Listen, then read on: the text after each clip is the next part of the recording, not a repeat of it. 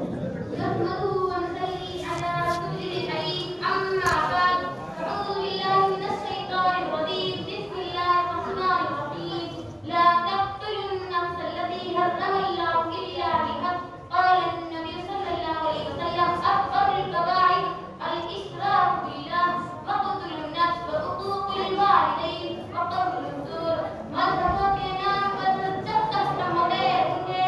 मذहबों के नाम पर जब तक हम होते रहेंगे दो दिलों के बीच रिश्ते यूं ही कम होते रहेंगे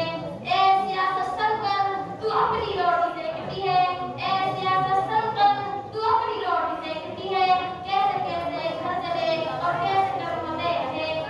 ग्राम मिलत और हाजिरी मजलिस आज आप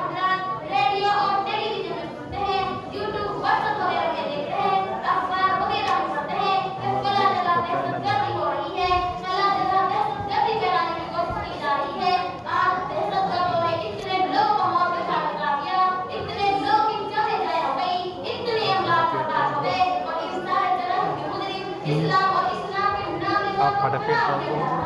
मैं इस मुख्तसर वक्त में आपको बताना चाहती हूँ कि दहशतगर्द कौन है पूरी दुनिया में दहशतगर्दी फैलाने वाले कौन है दुनिया में अमन और चैन और सुकून छीनने वाले कौन है कोई जमीन के बासिंदों के पीने की अपने हराम की है या इसके मुल्जिम वाजिब इस्लाम और इस्लाम के नाम दे रहे हैं याद रहेगा ये किसी की सोची समझी तारीफ नहीं है ये इस्लाम के परवानों इस्लामी तारीफ का मुताला करने वाले जानते हैं कि इस्लाम हमेशा अमन और शांति की दावत दी है सुलह में आसक्ति की दावत दी है आपसी मोहब्बत में उल्फत की दावत दी है उखुवत में भाईचारे की दावत दी है मीर मिलाप और खैर सगाई की दावत दी है नसीहत और खैर ख्वाही की दावत दी है जुर्म में ज्यादती से रोका है फितना और फसाद से रोका है हक तलबी और मानने से रोका है काम के नजर आग से रोका है इस्लाम के अदल व इंसाफ और अमन और शांति का अंदाजा लगाने के लिए जरूरी है कि इस्लाम से पहले के हालात से वाकिफ हो इस्लाम से पहले दुनिया कैसे कैसे हालात होती है